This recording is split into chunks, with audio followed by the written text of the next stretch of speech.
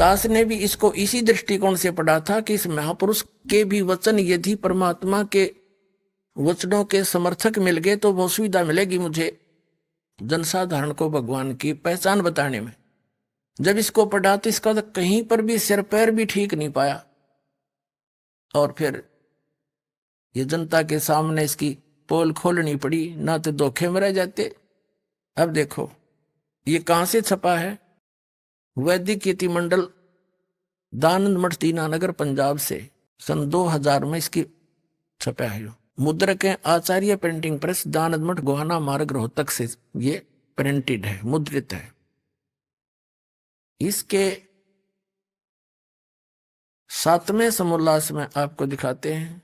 इसके तो एक पृष्ठ पे कई विधान फेल हो जाते हैं। सत्यार प्रकाश है 7वां समोल्लास 7वां समोल्लास, और 154 पृष्ठ पे किसी ने पूछा प्रश्न, ईश्वर साकार है व निराकार? महर्षि दयानंद उत्तर देते निराकार है। ठीक है, 154 पे 55 पे सामने 154 पे निराकार बताया, 155 पे सामने क्या बता रहा है? किसी ने प्रश्न किया कि परमेश्वर की स्तुति प्रार्थना उपासना करनी चाहिए व नहीं? उत्तर महर्षि दयानंद का करनी चाहिए। प्रश्नकर्ता कहता है क्या स्तुति आदि करने से ईश्वर अपना नियम छोड़ स्तुति प्रार्थना करने वाले का पाप छुड़वा देगा? महर्षि दयानंद कहता नहीं। प्रश्नकर्ता कहता तो फिर स्तुति प्रार्थना क्यों करना, किस लिए करें भाई जब पाप नहीं छुड़ा सकता? अब कोई न्यू कहे कि क्या साबुन कपड़े का मैल छुड़वा देगा, और कोई न्यू कहे कि नहीं, ये तो स्वाभाविक प्रश्न उठेगा भाई फिर साबुन की आवश्यकता क्या? यदि परमात्मा पाप नाश नहीं कर सकता तो स्तुति भक्ति की आवश्यकता क्या? प्रश्नकर्ता सही प्रश्न कर रहा है, लेकिन ये अज्ञानी क्या बोल रहा है देखिए, क्या स्तुति आदि करने से ईश्वर अपने नियम छोड़कर स्तुति प्रार्थना करने वाले यानी भगत के पाप छुड़वा देगा? स्वामी जी कहता नहीं, मेरे सिद्धांत कहता नहीं। प्रश्नकर्ता कहता तो फिर स्तुति प्रार्थना क्यों करना? स्वामी जी का उत्तर उनके करने का फल अन्य ही है। प्रश्नकर्ता कहता क्या है? स्वामी दयानंद जी कहते हैं स्तुति से ईश्वर में प्रीति, उसके गुण कर्म स्वभाव से अपने गुण कर्म स्वभाव का सुधरना, प्रार्थना से निरभिमानता उत्साह और साहे का मिलना, उपासना से परब्रह्म से मेल और उसका साक्षात्कार होना। वाह रे,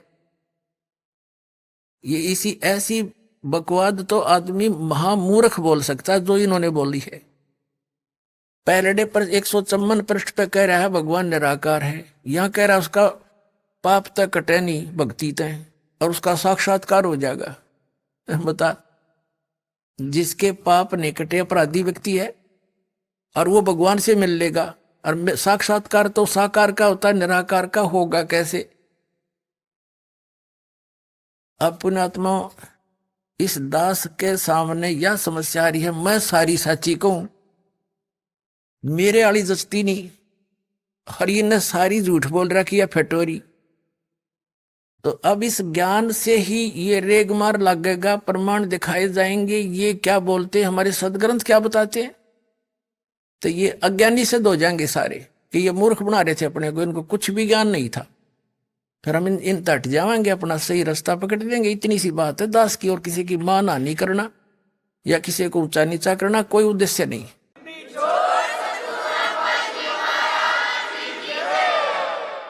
क्योंकि ये दास भी टीचर है और ये भी आध्यात्मिक टीचर कवाव थे।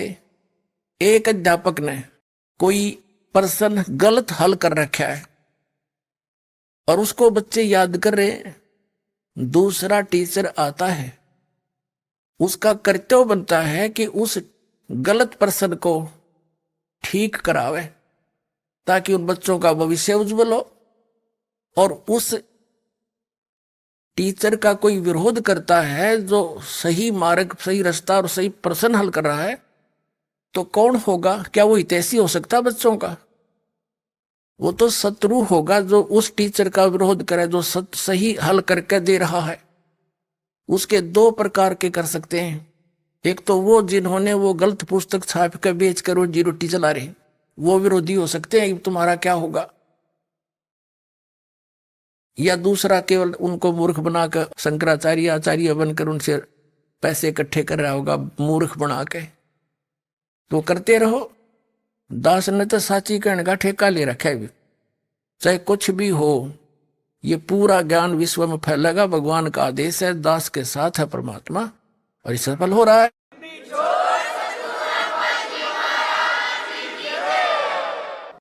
पुण्यात्माओं, पहले तो इसके इस विधान को फेल करते हैं कि राजा यदि पाप माफ कर दे अपराध तो दूने अपराधी हो जाए। जैसे एक बार पंजाब राज्य में नौजवान बच्चे किसी से भ्रमित होकर के और एक मिसगाइड हो गए थे, उग्रवाद फैल गया था। तो सरकार ने एक फैसला, एक आदेश जारी किया था कि जो मुख्य धारा में आ जाएगा बच्चा, पहले गलती होगी सो होगी किसी के धोखे भ्रमित करने से, तो उनके सब अपराध क्षमा कर दिए जाएंगे और वो सही नागरिक बनकर रहेगा। तो सभी के सभी आकर के उन्हें समर्पण कर दिया। सरकार ने ऐसा ही किया, जो गलती बन गई थी बच्चों से माफ कर दी, अब वो नेक नागरिक हो गए। यदि उनको सजा देता दूना और उग्रवाद बढ़ जाता। तो कहने का भाव ये है कि पहले तो ये भी दान फेल कर दिया दानद का। आपने एक बहुत वेल नोन सी एक लेडी थी, औरत थी, बहन, जिसको फूलन देवी कहा करते थे, वो डाकू बन गई थी किन्हीं परिस्थितियों में। और जब सरकार ने उससे कहा कि यदि तू आगे अपराध नहीं करेगी तेरे पिछले सारे माफ कर देंगे, तो उसने समर्पण कर दिया, स्वीकार कर ली, और वो MP तक बन गई, मेंबर ऑफ पार्लियामेंट तक बन गई थी वो लड़की बहन।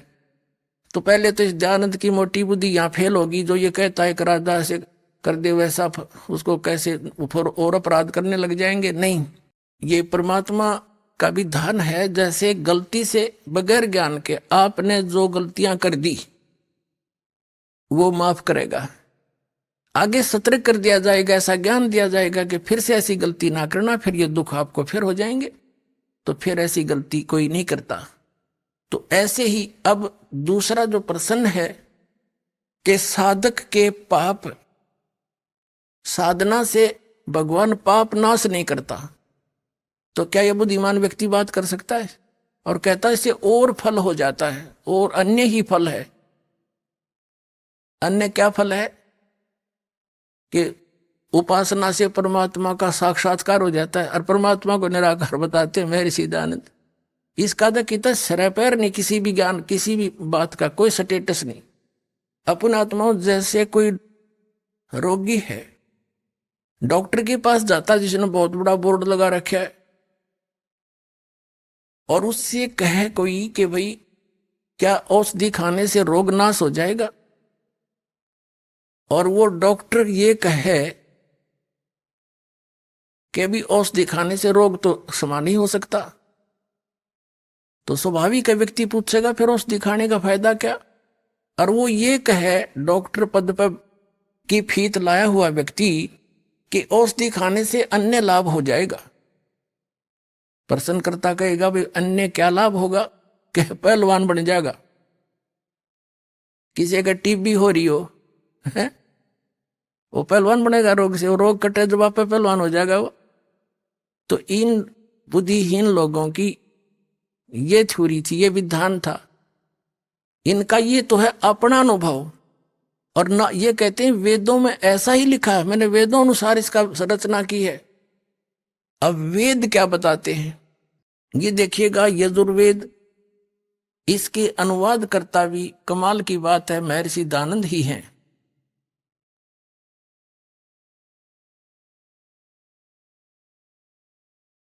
इसके अनुवाद करता भी महर्षि दयानंद हैं। प्रकाशक हैं सार्वदेशिक कार्य प्रतिनिधि सभा 2/5 महर्षि दयानंद भवन, रामलीला मैदान, नई दिल्ली। 40 अध्याय है इस यजुर्वेद के सारे संपूर्ण 40 अध्याय का अनुवाद महर्षि दयानंद सरस्वती ने किया है।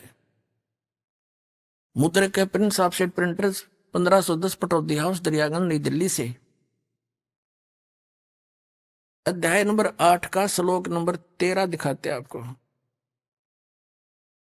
ये है अष्टमोध्याय 8वां अध्याय। और 241 पृष्ठ पे महर्षि सिद्धानंद का अनुवाद है। यहां इसकी मूल पाठ है, मूल संस्कृत है।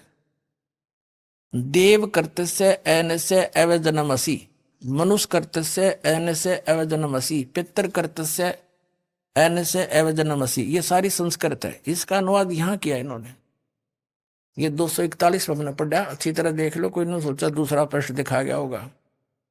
ये 242 पे यहां इसने क्या कहा है कि हे सबके उपकार करने वाले मित्र, आप दान देने वाले के एनस्य शब्द देखो हम, क्योंकि देवनागरी लिपि हम आसानी से पढ़ सकते। एनस्य माने अपराध, एनस्य माने अपराध कहो, पाप कहो। एनस्य माने ये स्वयं पाप भी लिख रहा है, अपराध कहो चाहे पाप कहो। अपराध के विनाश करने वाले हो, साधारण मनुष्यों के किए हुए। एनस्य माने अपराध के विनाश करने वाले हो। विनाश कहो, अक्षमा कहो, नाश कहो। अब यहां इसने थोड़ी सी हेराफेरी कर दी, मित्र लिख दिया। अपने आत्माओं, जो श्रद्धालु सत्यार प्रकाश को पढ़ते हैं, उन्होंने ये तो फाइनल कर रखा है कि भगवान कुछ नहीं कर सकता, पाप नाश नहीं कर सकता, क्योंकि महर्षि सिद्धानंद ने वेद निष्कर्ष सत्यार प्रकाश में लिख दिया। तो फिर वो इसको पढ़ने लगे, वेदों को, उसके अनुवाद को। उन्होंने देखा है तो मित्र के बारे में लिख रखा है, किसी ने जानने नहीं दिया। यो यहां तो पाप नाश का लिखा है। अब पाप मित्र, दान करने वाले के पाप के नाश करेगा, बता।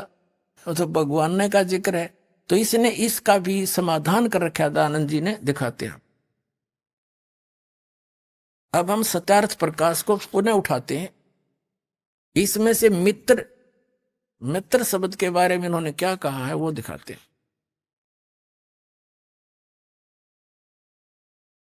ये वही सत्यार्थ प्रकाश है।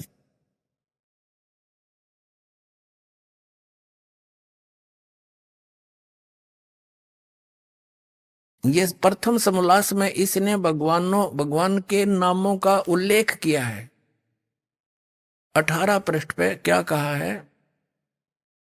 इसमें इसने कहा है कि जो सबसे स्नेह करे, सबको प्रीति करने योग्य है, वह परमेश्वर सबका सच्चा मित्र है। इससे परमेश्वर का नाम मित्र है। अब यह सिद्ध हो गया कि जहां इसने वेदों में मित्र शब्द प्रयोग किया है वो परमेश्वर का बोध है। पुण्यात्माओं, जो एक क्रोथा कांड हुआ है, ये इसी का परिणाम था कि इनकी पोल खोल दी और दयानंद की वो महर्षि वाला जो फीत थी वह उतार के धर दी दास ने। इस दास ने जब सत्यार प्रकाश को पढ़ा, देखा, वेदों से मेल किया, तो ये सारा फेल पाया।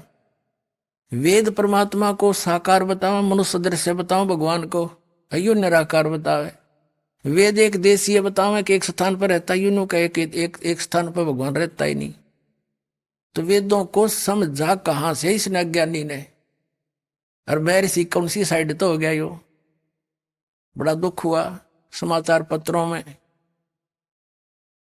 लेख लिखने शुरू किए क्रोथा आश्रम से। वो इनको पता लगा, इनके अनुयायी कहने लगे, देखो ये क्या लिख रहा है। उन्होंने सब मेल किया तो उन्होंने प्रति उत्तर दिया कि रामपाल को संस्कृत नहीं आती और ये झूठ बोल रहा है, ये दयानंद के गूढ़ रहस्यों को समझ नहीं रहा। जिस यजुर्वेद अध्याय नंबर 8 के मंत्र 13 के विषय में वो कह रहा है रामपाल, उसमें मित्र शब्द लिखा है स्वामी जी ने। भगवान के विषय में नहीं लिखा कि भगवान पाप नाश कर देता है। फिर दास ने फोटो स्टेट करके भेजी और साथ में ये लिखा कि महर्षि दयानंद खुद मित्र, सत्यार प्रकाश के प्रथम समोल्लास में भगवानों के नामों में से एक मित्र भी कहता है। तो यहां मित्र का अर्थ परमेश्वर ही होता है। अब बुद्धिमान लोग तो समझ गए, सचमुच मित्र के पाप नाश करेगा, बता, भगवान ने क्या करे। और हम तो आज भी उनके विरोधी नहीं है, क्योंकि दास को पता लग चुका है कि ये काल करवा रहा सारा, सभी उस परमात्मा के बच्चे हैं और वो भी मिसगाइड है। हम उनके हित में ही कह रहे हैं कि वो भी समझे और सच्चाई को स्वीकार करें, अपना कल्याण करावें। हम तो उस विधान का पालन करने वाले हैं कि जो तोकू काटा वो है, वाह को वो तू फूल, और तो है फूल के फूल है, उसको है त्रिशूल। हम उनका आज भी बुरा नहीं सोचेंगे, क्योंकि हमारे भगवान का आदेश है। उनकी करनी उन्हें आप मिलेगी, जिसा उन्हें कर रखे।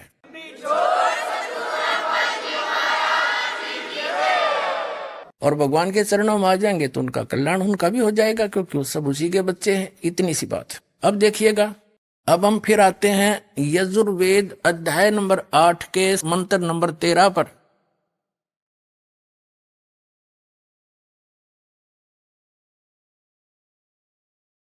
ये 8वां अध्याय है और ये 13 नंबर मंत्र यहां से स्टार्ट होता है।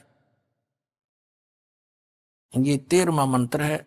देव कर्तस्य एन से अवजनवसी, मनुष्य कर्तस्य एन से अवजनवसी, पितर कर्तस्य एन से अवजनवसी, आत्म कर्तस्य अनुस्य ओह अवजनवसी। अब 242-41 पर है। ये मूल संस्कृत अनुवाद इनका 242 पर है। अब क्या बताते हैं कि हे सबके उपकार करने वाले मित्र, महर्षि दयानंद का अनुवाद है। यहां समझो, हे सबके उपकार करने वाले परमेश्वर आप।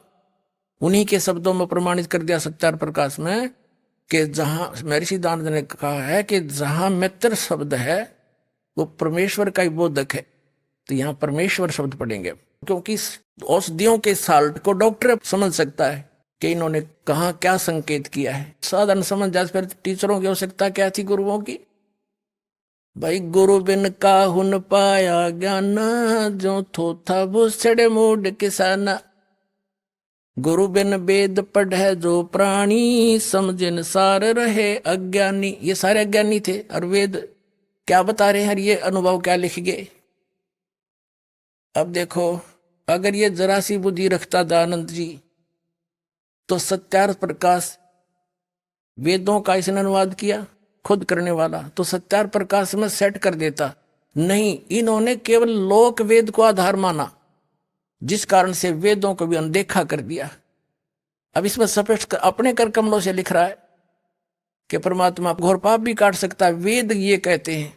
और ये सभी ऋषि नकली आपके समझ कर दिया कि प्रारब्ध तो भोगना ही पड़ेगा। और पाप क्या क्यों, प्रारब्ध के तो पाप होते हैं जो दुखदायी होते हैं, जो संचित उधर रखे उनकी तो बाद में लिखा होगा, देखी जाएगी जब होगा।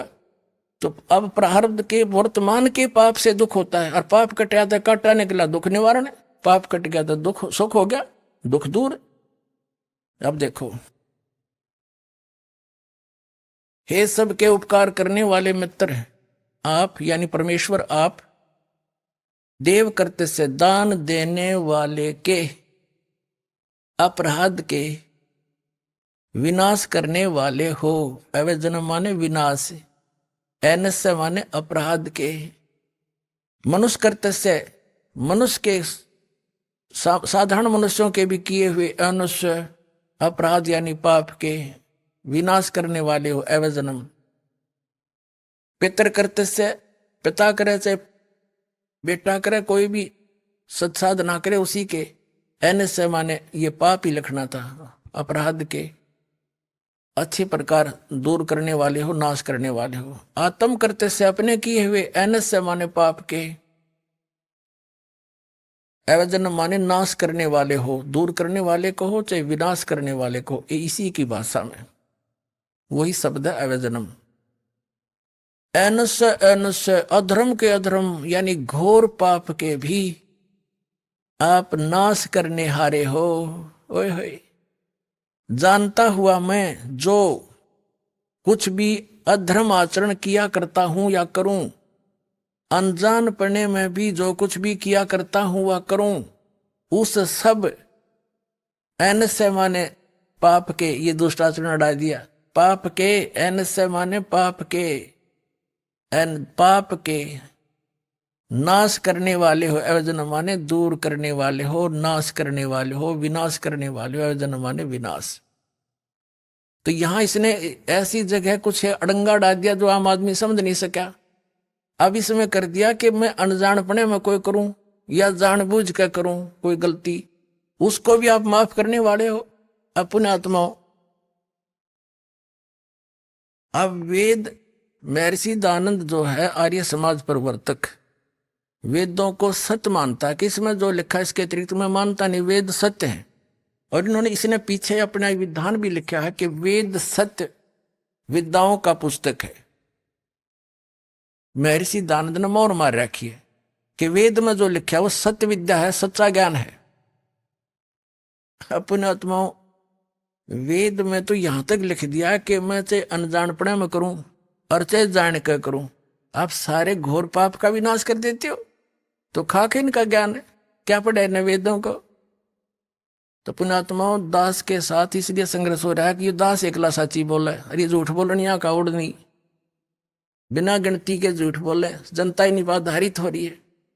लेकिन परमात्मा का आशीर्वाद है इस दास के साथ, और आपके ऊपर भी न्यारा आशीर्वाद है कि आपका जन्म इस समय है और आपको ये मूल वस्तु मिलेगी, कल्याण होगा।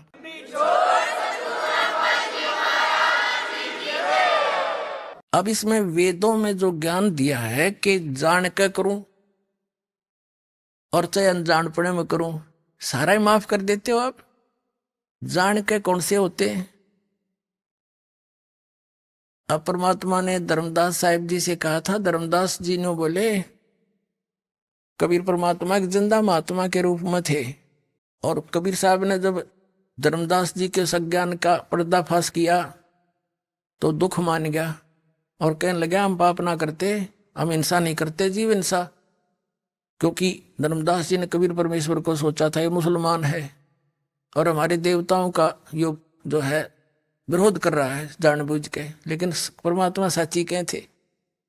तो तब परमात्मा ने कहा था कि धर्मदास, सत्य ब्राह्मण की है हत्या, जो चौका तुम देवो नेता, ब्राह्मण से हत्या सो होई, जल स्नान करत हो सोई, पृथ्वी ऊपर पग जो धारे, करोड़ जीव एक दिन में मारे। पता फिर इतने पाप तो डेली करने लग रहा का जीव हिंसा नहीं करता, जैसे लिपा पोती करते हो, पोचे लगाते हो, इनमें न जाने कितने जीव मरे। खेती करता है किसान, फाली के साथ न जाने कितने जीवों के पेट के अंदर से वो निकालता फाली, यानी वो तीखा हथियार जो फाली बोलते हैं उसको। तो कहने का जैसे अग्नि जलाते हैं इसमें जीव मरे, लकड़ियों में उपलों में पोचा लगाते इनमें जीव मरे। हम चलते फिरते काम के लिए जाते हैं, अपने व्यवसाय के लिए जाते हैं, नौकरी के लिए जाते हैं, मजदूरी के लिए जाते हैं, उनमें जीव मरे। तो ये हमें पता है कि ये हो रहे हैं। जैसे किसान खेती करता है, स्प्रे करने पड़ते हैं उसको मालूम है कि ये मेरे फसल में कीट लगा हुआ, इसका नाश करना पड़ेगा, ना तो इसको ये खा जाएगा, मैं कंगाल हो जाऊंगा। और जैसे हम रोगी हो जाते हैं तो हमारे अंदर जो हानिकारक कीटाणु बढ़ जाते हैं ब्लड में, उन गोली खाते हैं, उन गोलियों से वो कीटाणु मारे जाते हैं, वो जीव है। तो यहाँ वेद का कहने का तात्पर्य ये है कि आपको पता भी है कि ये पाप हो रहे हैं, इनको त्यागा नहीं जा सकता।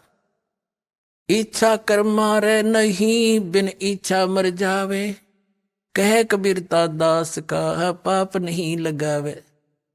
उसको पाप नहीं लगे, जान के नहीं मारे। जैसे बैठा मकोड़े पर कीड़ा आ गया, उसके नो मारी ईंट, को बात हुई है।